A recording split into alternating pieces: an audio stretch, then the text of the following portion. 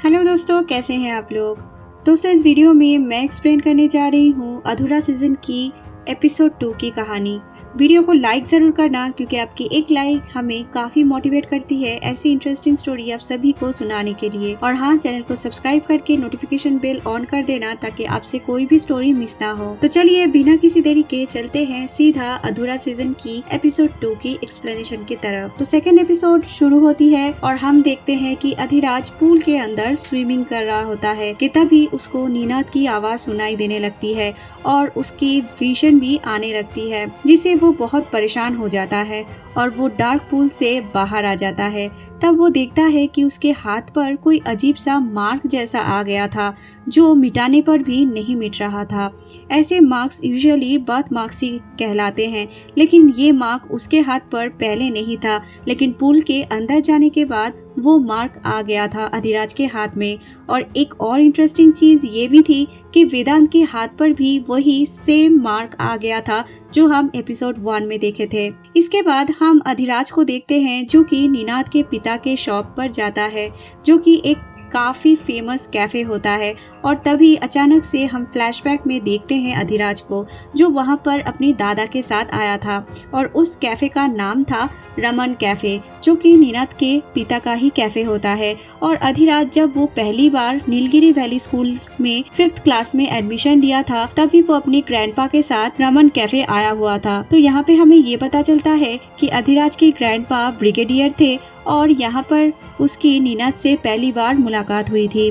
नीनाद पहले अधिराज को उसके साथ रहने का और साथ देने का बात करता है और नीनाद उसको प्रोटेक्ट करने का वादा भी करता है और सेम वादे वहाँ पर अधिराज ने भी किए थे और तब से वो दोनों बहुत ही अच्छी दोस्त बन गए थे। हमें यहाँ पर ये पता चलता है कि अधिराज की ग्रैंडपा की बस 1 साल पहले ही देहांत हो चुका है, यानी फिलहाल वो इस दुनिया में नहीं है। फिर कहानी प्रेजेंट टाइम में आ जाती है, जहाँ पर अधिराज रमन कैफे जाता है और उसको पता चलता है कि रमन कैफे काफी टाइम पहले ही बंद हो चुका है और कई साल पहले ही वो लोग वहाँ से सब कुछ बेचकर चले गए हैं। ये सुनकर अधिराज दुखी होकर वापस स्कूल आ जाता है, जहाँ पर असेंबली हॉल में उसको एक स्पीच देनी होती है और 2007 में हुई स्कूल की आखिरी दिन की प्रोग्राम और एक्सपीरियंस भी अधिराज को एक स्पीच में देनी थी।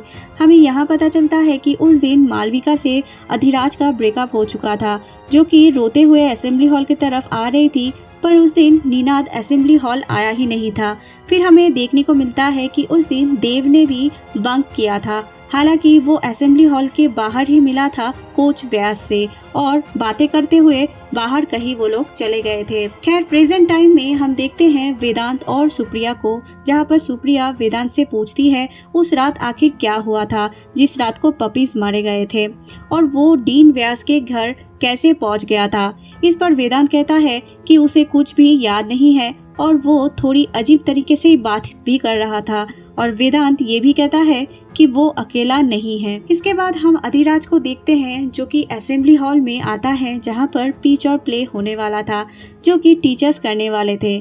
और वही अधिराज असेंबली हॉल में मालविका से भी मिलता है और मालविका से अधिराज नीनाद के बारे में बताता है कि उसने नीनाद को ढूंढने की बहुत कोशिश करी, लेकिन वो किसी भी सोशल मीडिया साइट पर नहीं मिला और उस दिन मतलब स्कूल के आखिरी दिन गलती अधिराज की थी, जिसके लिए अधिराज उससे माफी मांगने वाला था, लेकिन उसके पहले ही नीनाद जा चुका था स्कूल छोड़ के और अब उसके पेरेंट्स भी वहाँ नहीं रहते हैं। और अधिराज और भी बताता है कि वो सिर्फ नीलगिरी वैली स्कूल नीनाद के लिए ही आया था।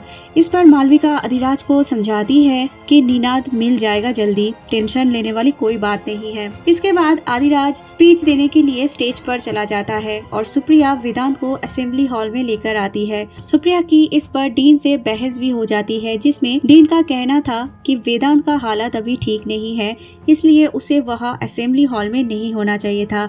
पर सुप्रिया उसको हार्मलेस समझ रही थी और वो कहती है कि वो सब कुछ संभाल लेगी। तब सुप्रिया वेदांत को एक सीट पर बिठा देती है, लेकिन कुछ ही देर में वो अपनी सीट से उठकर अधिराज के पास स्टेज पर चला जाता है और अधिराज से वेदांत नीनाद की आवाज में कहता है कि वो वापस आ गया है, जिससे अधिराज काफी घबरा जाता है और वेदांत वही स्टेज पर बेहोश हो जाता है और उसकी नोज ब्लीड होने लगती है।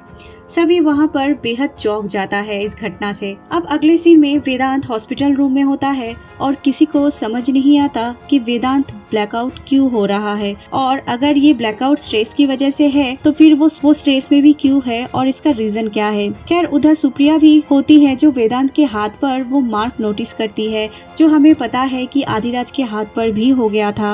अब हमें आदिराज को दिखाया जाता है जो कि वेदांत को ही ढूंढ रहा होता है, लेकिन उसको रास्ते में नीनाद की आवाज सुनाई देता है और विजन भी आने लगता है उसे। फिर अधिराज सुप्रिया से मिलता है जो ये कहती है कि वेदांत ने जो भी कहा अधिराज से वो एक नॉर्मल स्टेटमेंट है। स्ट्रेस की वजह से वेदांत ये सब कर रहा है और क्योंकि अधिराज भी स्ट्रेस से ग्रसित है तो ये नॉर्मल बात है, होता है कभी कभी। अधिराज सुप्रिया से पूछता है कि वो आखिर वहाँ स्कूल में इतनी दूर से पढ़ाने क्यों आई है, क्या रीजन है इसके पीछे। तब सुप्रिया बताती है कि वो असल में अपनी बेटे की कस्टडी पाने के लिए लड़ रही है और स्कूल से काफी अर्निंग होगी, इस वजह से वो इतनी दूर पहाड़ों में चली आई है स्टूडेंट काउंसलर बनके। जिसके बाद हम ओल्ड मेस का सीन दिखाया जाता है जहाँ पे अधिराज वेदांत को देखता है और हम एक फ्लैशबैक देखते हैं जहाँ पर नीनाद को सुयश और रजत बुली कर रहे होते हैं, बहुत गंदी गंदी बातें बोल रहे थे, लेकिन फिर अधिराज आके बात संभालता है। तब नीनाद ने एक नोवेल भी लिखी थी जिसका नाम शैडो बॉय होता है। अब इसके अंदर जो कहानी है वो कुछ ऐसा है कि जो शैडो बॉय होता है वो मॉन्स्टर से काफी डरता है और मॉन्स्टर से छिपने के लिए अंधेरों में छिपे रहते हैं। लेकिन एक दिन फिनिक्स बॉय आके उसको उजाला में लेकर आता है और उसको पता लगता है कि वो असल में एक हीरो है और वो सारे मॉन्स्टर्स को एक एक करके मार देता है। अब अधिराज नीनाद को बोलता है कि अधिराज यहाँ पर परेशान था क्योंकि वो जल्द ही फॉरेन जाने वाला था, लेकिन उसे सब कुछ छोड़ के जाने का उतना दर्द महसूस नहीं हो रहा था, स्पेशली मालविका के लिए। नीनाद उसको मोटिवेट करता है और कहता है कि असल में दुख उन्हें होता है ज्यादा जो पीछे रह जाते हैं। अब फिर सीन प्रेजेंट टाइम पर आता है जहाँ पर अधिराज सुप्रिया से ये कहता है कि आजकल बच्चे बुली के काफ़ी शिकार हो रहे हैं। फिर वो वेदांत से मिलने जाता है और उसको नीनाद की लिखी हुई स्टोरी सुनाता है और उसको मोटिवेट करता है। फिर उसको बात करते करते नीनाद की याद आ जाती है। अब अगले सीन में सब सोने चले जाते हैं, लेकिन हम देखते हैं कि अधिराज की एक नाइटमेयर से नींद खुल जाती है क्योंकि उसको अक्सर नाइटमेयर आते रहते थे और वो नाइटमेयर उसके पेरेंट्स के थे।